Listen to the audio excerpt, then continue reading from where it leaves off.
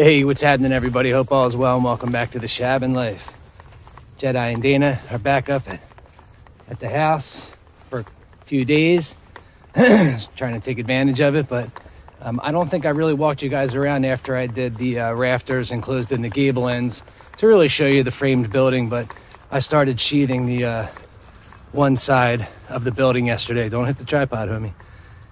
I started sheathing the one side of the building. I thought before I got too far, I would kind of take you guys for a quick walk inside and sort of show you what's going on. So here we are, looking good. Gable ends are all closed in. And I left these little peaks open because I'm thinking about doing sort of like a foundation vent up there that I can, like with the damper that I can open and close.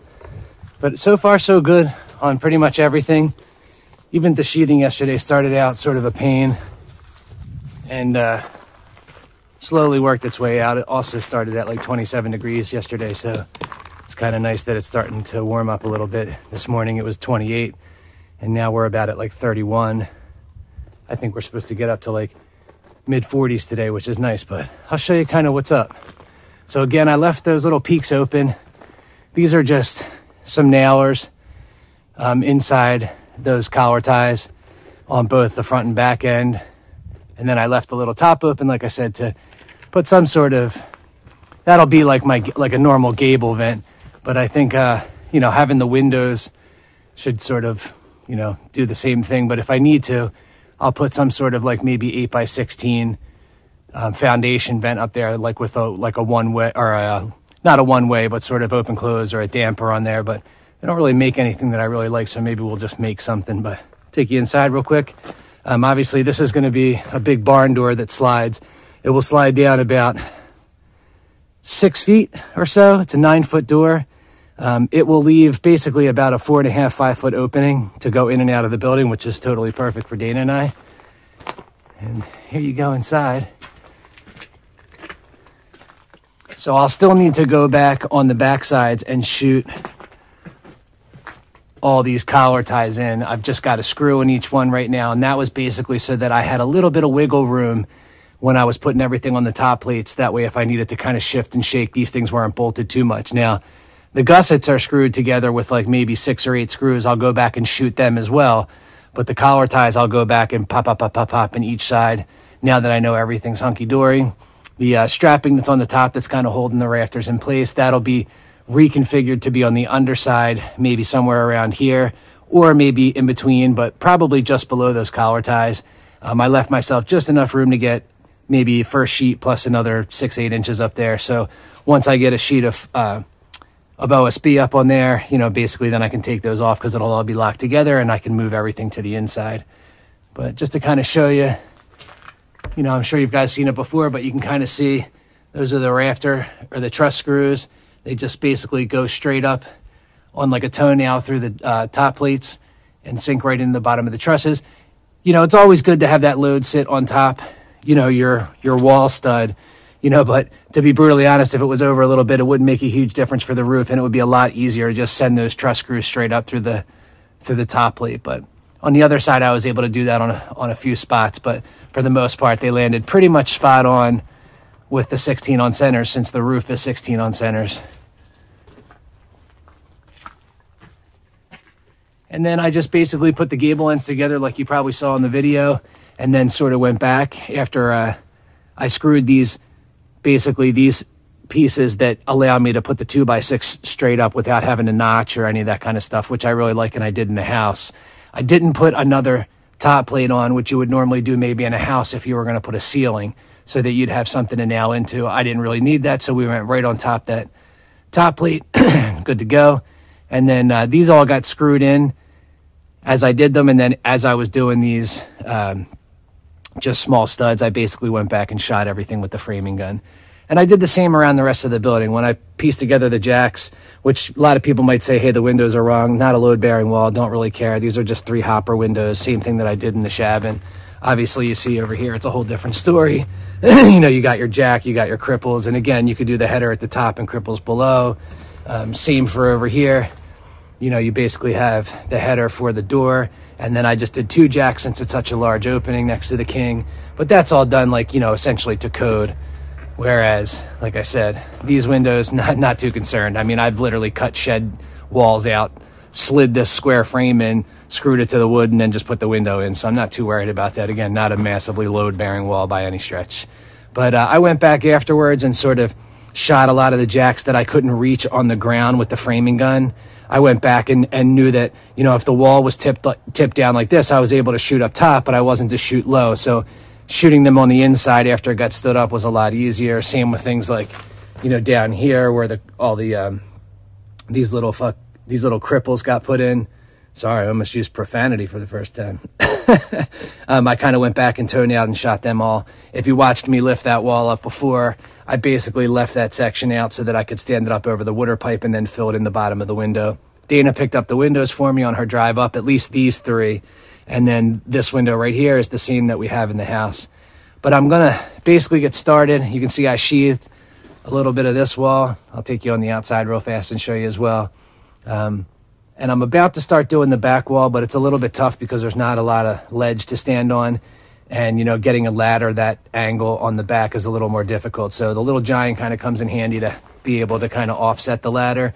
The only thing is you can only go so tall, and I'm not high enough. So you can see I got the side-by-side backed up, and I just have the ladder sitting in the back of it. But it's going to be a little weird to get this panel out. It's a little hard to lift them up from the bottom. So I'm going to try and basically scoot through and then grab it and turn it this way and slide them into place, and I'll just do that all the way down. But this is the building. I can't believe that, like I said probably in the video that we already did, that the cistern is actually in place. Or I should say in its final resting place, but I'm pretty stoked. And you guys can see now that I'm a little bit further away than I wanted to be, but that was, you know, planning that pipe 3 years ago, you know, you really have no idea where you're going to end up. So I'm about maybe three and a half feet away from that pipe, and basically this will be where, you know, I basically plumb everything into the house, and you know, hopefully everything will work out. But I'll put a panel up in here. That panel will get some number 2s that go down and over to this and up to the disconnect. So instead of the generator outlet, that'll get disconnected, and then I'll basically fish down up into the panel, up into that disconnect. This will be my main. In the house is really your sub. And then this whole wall right here will be all the charge controllers and all the stuff for the solar. And we've been contemplating sort of making some change on that and maybe grid tying. We'll have to see what happens when it comes to the battery situation. I'm a little disappointed in pricing of any battery right now, as well as the longevity. I mean, no one really gives anything more than a 10-year cycle. And if you're talking about replacing $20,000 worth of batteries, you know, 10 years from now, like, there's no ROI on your investment at all. So I get it if you have to put solar up in a small fashion, because I think it's doable, it's affordable, it's efficient. We'll have to kind of see now that they're making a lot of the inverters, both standalone and grid tie. You know, we may look into something like that instead. So we'll kind of cross that bridge when we come to it. Right now, I just want to get this building done so that I can tie the cistern in. That way we can actually plumb the water through, and I can fire the house up with the generator. Once we pump water through the system, they'll give us the UNO or CO in your area, whatever you want to call it. But that's basically where we're at right now with the building. I'm going to get back to putting up some sheathing. I'm hoping that I can bang out maybe these 2 walls today, if not all 3, the back, the side, and then this bit of front in front of the door.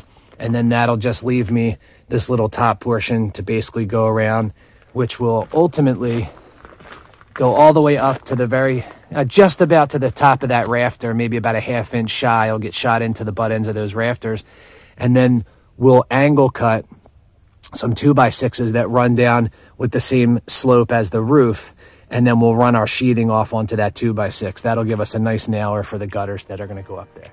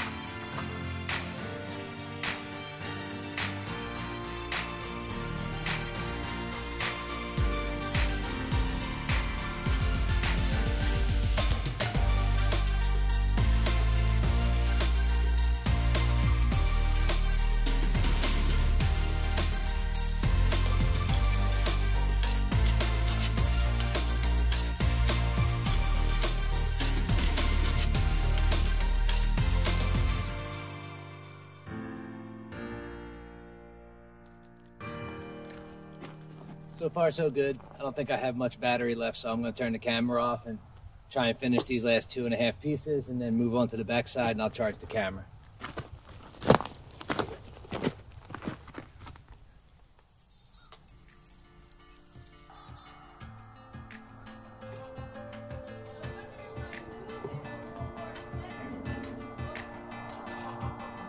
I don't think I'll need it.